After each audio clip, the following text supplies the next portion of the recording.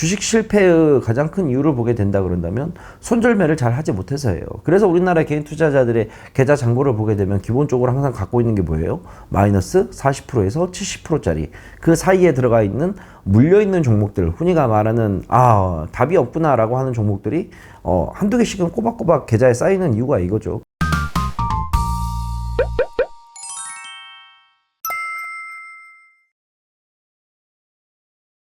안녕하세요, 소장님. 저번에 아침 방송에서 손절한다고 말씀 주셨잖아요. 욕먹을 각오하고 손절한 종목은 손절을 하신다고 죄송하다고도 하셨는데, 근데 다만 이걸 못하면 안 된다니까. 손절할 때 손절 못하고 아까워갖고 들고 있으면 안 돼요. 그거는 내가 어떻게 해줄 수가 없는 부분이야.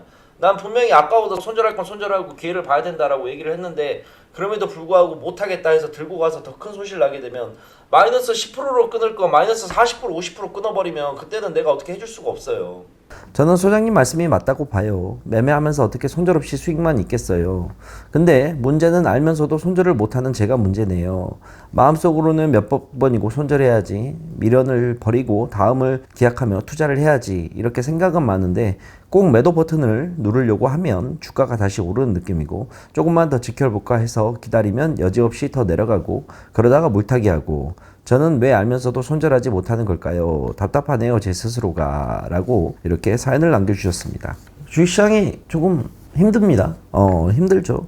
조금 힘들다고 표현을 해야 되나? 어찌됐건 최근에 들어서 시장 자체가 굉장히 매매를 하기에 있어서 힘든 상황이 계속 지속돼서 연출이 되고 있습니다. 이러한 좀 지수의 하락은 당분간 계속이 될 거라고 저는 보고 있고, 위기 뒤에 기회가 찾아온다고 생각을 하고, 현재 구간에서 종목들을 좀 손절할 건 손절을 하고 현금을 확보하는 게 맞지 않나 라고 생각이 들고, 거기에 따른 투자 전략을 제가 매일 아침마다 이제 방송을 통해서 우리 시청자분들께 많이 알려드리는데, 이게 참 어려워요. 결론만 놓고 보자 그런다면 호미로 가지고 막을 거를 가래로 막는다고. 지금 만약에 현재 구간에서 종목들을 현금화 시키지 못하고 손절할 종목을 손절하지 못하게 된다 그런다면, 지금은 마이너스 20% 10% 이렇게 되지만 향후 이게 마이너스 30% 40%까지 될 가능성도 충분히 있다고 저는 보고 있습니다. 그만큼 지수의 상황 자체가 썩 좋지 못하다고 생각을 하고 있죠.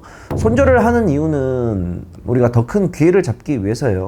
지금 내가 비록 이 구간을 마이너스 10%가 됐든 20%가 됐든 손절을 하는 건 너무 당장은 아깝지만, 지수가 만약에 더 떨어져서 종목들이 거기에 따라서 휩쓸려서 더 많이 빠지게 됐을 때, 마찬가지로 지수가 바닥을 찍었는데 이제 여기에서 우리가 현금화 시켜놓은 종목들을 싼 가격에 살 수 있는 좋은 기회가 왔음에도 불구하고, 만약에 현금화를 하지 못해서 그거를 종목들을 사야 될 구간에서 못 사게 된다 그런다면 오히려 손실폭만 더 키울 수가 있다. 왜냐하면 물려있는 종목들이 그만큼 많기 때문에 라고 또 우리가 볼 수가 있는 거죠. 그래서 항상 손절이라는 거는, 주식을 20년 해온 저도 어렵게 느껴지지만 개인 투자자들, 우리 주식을 하는 사람들에게 있어서 손절은 늘 어려운 거라고 생각을 합니다. 그 마음은 제가 10분 이해를 해요. 자, 근데 우리가 문제는 늘 그렇지만 결단을 해야 될 때는 결단을 해야 된다고 생각을 합니다. 주식뿐만이 아니라 그렇죠. 뭐든지 사람이란 것 자체가 내가 틀렸다는 거를 인정하기가 굉장히 어려운 존재예요. 그래서 우리가 사과라는 것도 어렵고, 죄송하다는 말도 어렵고, 미안하다는 말도 어려운 거예요. 기본적으로 우리 내재적인 가치는 나에 대한 방어 수단이 있는 상태이기 때문에 내가 내 자신이 틀렸다는 거를 인정하기가 더 어려운 경우가 많이 발생을 하게 됩니다. 우리가 TV나 그 다음에 어디나 많은 것들을 봐오지만, 저런 상황에서 왜 틀렸다는 걸 인정을 안 하지? 왜 자신이 잘못했다는 걸 인정을 안 하지? 라는 케이스들을 우리가 많이 보면서 이해를 하잖아요. 근데 그게 막상 나의 일이 된다 그런다면 쉽게 그게 되지가 않습니다.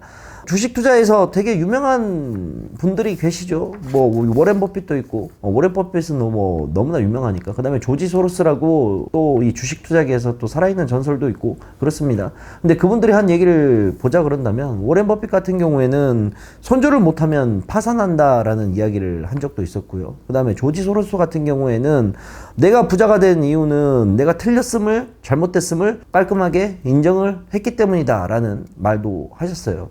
그 정도로 뭔가 잘못됐다는 걸 인정을 하고 거기에 따른 책임에 대한 결과를 짓는 게 사람들은 굉장히 어렵다는 거죠. 그러나 우리들은 손절을 할 때는 손절을 해야 된다고 저는 생각을 합니다.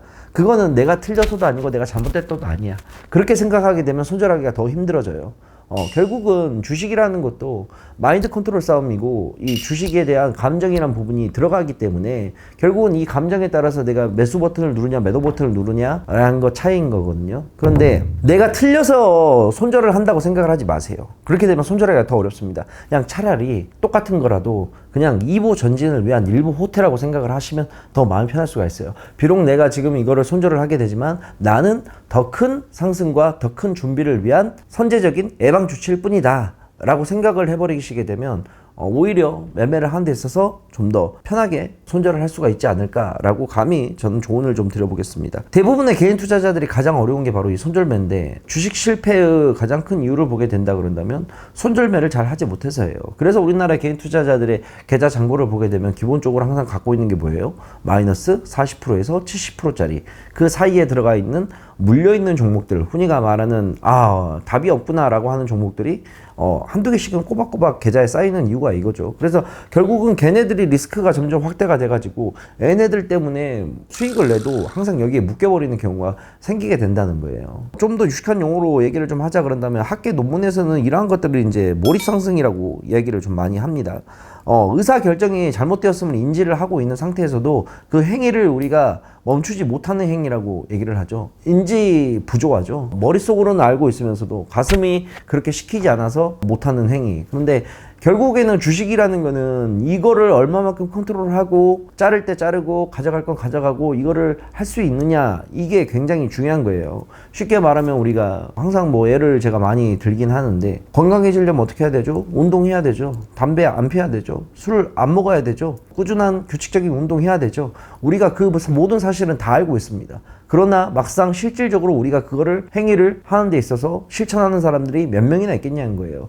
내용은 다 알고 있지만 이런저런 핑계 대면서 우리가 안 하잖아요. 사업이 바빠서, 뭐 일이 바빠서, 자녀들에 치여서, 할 게 많아서 이런저런 핑계를 우리는 안 한다는 말입니다.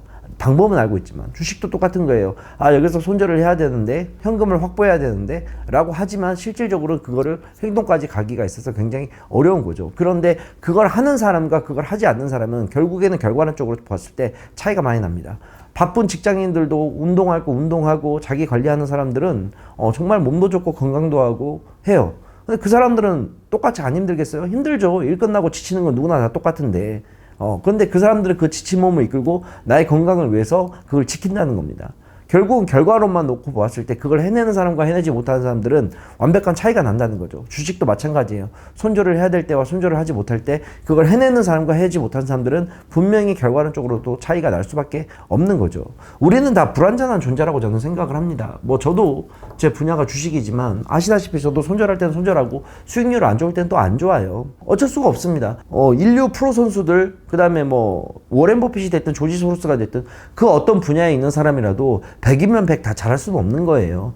100에서 좀 깎여서 좀 안 될 때도 있고 더 잘 돼서 100보다 오버할 때도 있고 결국은 이게 데이터와 시간에 의해서 결정되는 상황이라는 것 때문이죠. 지금 우리가 주식 투자 때문에 힘들어하고 하는 거는 결국 나의 잘못된 매매 습관도 있지만 결국은 시장이 좀 어렵기 때문에 우리가 좀 힘들어하는 경우라는 거죠. 근데 이거를 어떻게 지혜롭게 잘 대처를 하고 앞으로의 투자 전략을 세우냐에 따라 향후 투자 결과는 완벽하게 바꿔낼 수가 있다는 겁니다. 아시겠죠? 그러니까 어렵더라도 한 번씩은 우리 시청자분들, 그 다음에 손절이 어려우신 분들은 생각을 다시 한번 해보고 잘라낼 건 잘라내고 또 가져갈 건 가져가면서 그렇게 자신을 좀 다져보는 시간이 필요하지 않을까라고 저는 생각을 하게 돼요. 손절을 이제 해야 되는 이유는 뭐 여러 가지가 있죠. 뭐 더 큰 손실을 이제 미연에 방지하는 것도 있을 거고, 그 다음에 뭐 기회비용에 대한 절약 부분도 있을 거고, 그 다음에 뭐 손절을 하게 되면 차라리 잘했다 라고 심리적 안정을 얻는 효과도 있을 거고, 손절이 무조건적인 나쁜 것만은 아닙니다. 그러니까 이러한 장점들도 있으니까 우리 투자자분들이 오늘 하루는 계좌를 펼쳐보고 어느 종목을 정리를 해야 될지 한번 신중하게 생각을 해서 결단을 하고 행동을 해야 될 때가 아닌가 라고 저는 감히 여러분들에게 제 생각을 전해드리도록 하겠습니다.